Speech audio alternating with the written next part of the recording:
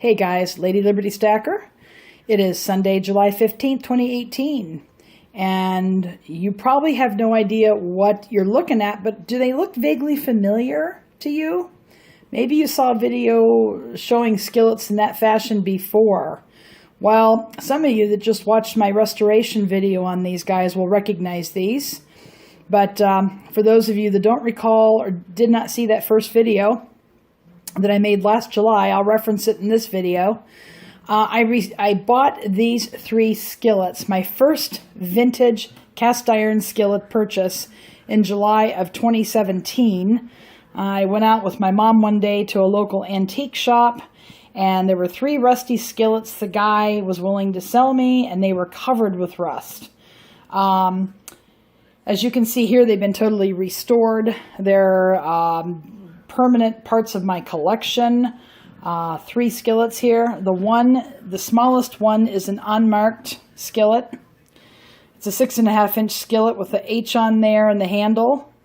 And it is a Wagner ware. I can tell by the definitive pour spouts there in the skillet. And a very smooth surface. You see tool scrapes on it, but that's typical with old vintage cast iron. This was made before 1960. It doesn't have made in USA on it. But that's that one. And you can see this one is a number 6. And number 6 is about 9 inches or so. 8.5, 9 inches. This is a Wagner ware that's marked. It's a 1056Q. And you put them down side by side. The handles, alas, are very much the same. You can see that. How Wagner did things. The pour spouts are very defined. And so this is the only one that was marked of that batch of 3. And you can see here, it's hard to see with the glare, there is some pitting there you see on the top part of the screen. But it cooks just fine. Cooks excellent. So that's number 6 Wagner. Number 3 Wagner. And this one is a mystery skillet.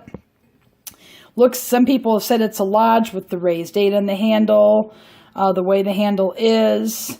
But Lodge always had either a notch here or a notch here, here, and here, at 12, 3, and 9 o'clock respectively on their skillets. So I'm not sure about this. The heat ring looks very similar to a BS&R, Birmingham Stove and Range skillet, an inset heat ring. But the handle looks like an old unmarked Wagner. So who knows? Who really knows? But this is a number 8. It's about 10 inches. The pour spouts are not very defined, very, very small, but it is a very, very smooth. You can't even hear that. Very smooth skillet. These I refinished in that video a year ago, and they're still in use today, and they're one of my best cookers. So I guess I did okay. Now I'm going to go ahead and cook breakfast in this one, so I will be right back. For this video, I'll cook something else in that one and that one some other time to show you that these guys are cookers, as they say. I will be back. Okay, guys, I am back. My skillet has been warming up, and it needs about maybe another minute or so. One thing about cooking on cast iron, you need to make sure you thoroughly warm up your skillets at medium heat on your stovetop. And then once they're sufficiently warmed up, use your chosen method of your butter or Crisco or cooking spray. I'm going to go ahead and use, this works real well for me, 100% extra virgin olive oil spray. I just give a quick spray and it's all ready to go. At any rate, so you need heat plus oil on these cast iron, for any skillet really, for them to be non-stick.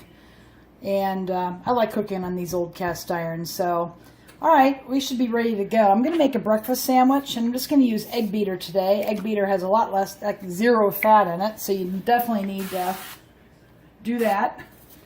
And I'm going to pour this in. I have a 1/3 of a cup of egg beater here. There we go. I'm going to go ahead and pour it in. And we don't want to waste anything there. We're going to let it set up a little bit.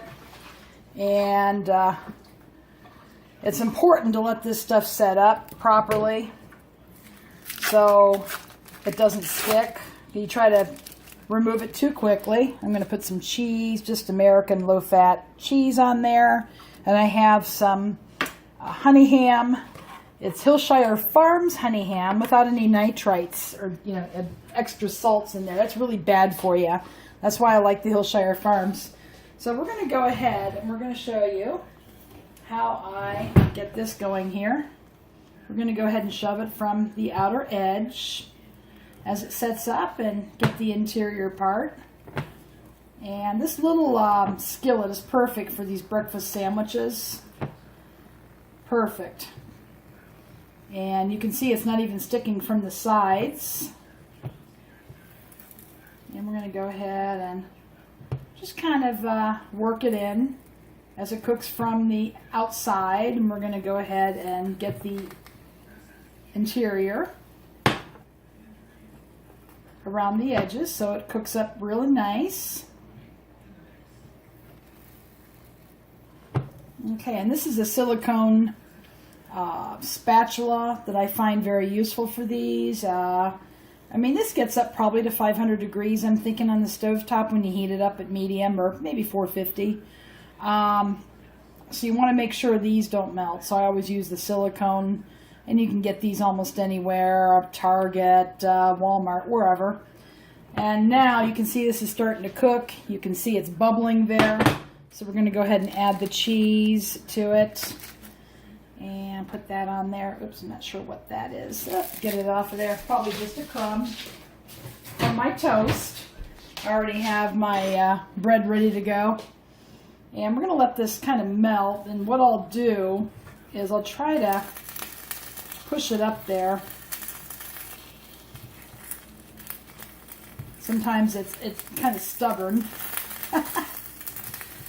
And it's kind of like a little mini omelet, actually. Just trying to get the egg to stick to the cheese. And you can see that it's really non-stick.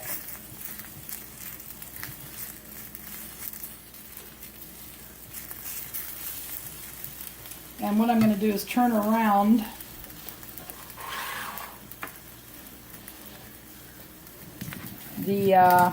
so you can see the sandwich there. I'm going to go ahead and put that on. There we go. Put it on here. Boom, right out. And then what we're going to do is we're going to go ahead and put, I'm going to go ahead and put this back so you can see the honey ham. I'm going to go ahead and give it another quick spray, and we're going to go ahead and cook that up. We're going to make a kind of like an Egg McMuffin, but I'll just put the ham on there.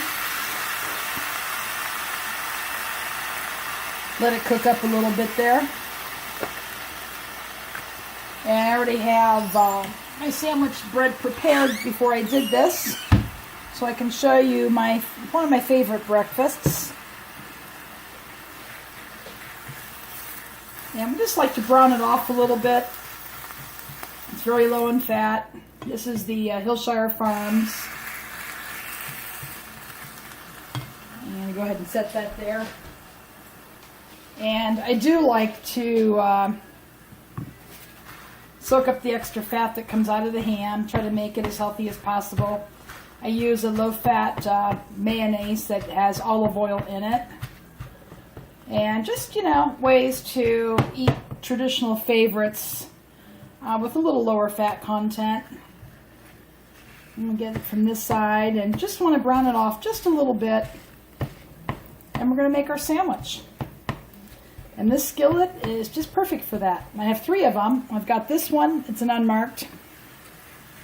I've got one that's a marked Wagner number 3, and I have one that's a Griswold large logo number 3. And sometimes if I'm cooking a salmon patty for my husband, I can't eat fish. I'm cooking a salmon patty for him. I'll do a turkey burger in here for me. So I need more than 1 skillet at one time to do that. So that makes it perfect. So I can't imagine needing any more than 3. So I don't even buy these anymore because they're harder to move on eBay. I like to restore and sell, but there's so many of these. 3s and 5s and 8s are the most common sizes in vintage cast iron. The other sizes aren't so common, but 3, 5, and 8 are the most common. So, because they fit the most stovetops, especially in the old days when they had the heat rings. The heat rings would correspond to the size of the rings on the old-fashioned cooktops. That's why you see the heat rings on these skillets. So at any rate, I'm pretty much done with this. So I'm going to go ahead and turn it around here and put it on our. Go ahead and try to get that. Put that down for a second. Okay, and put this on our sandwich. And there we go. That is a breakfast sandwich. And I'll go ahead and cut it. You don't have to cut it. I do.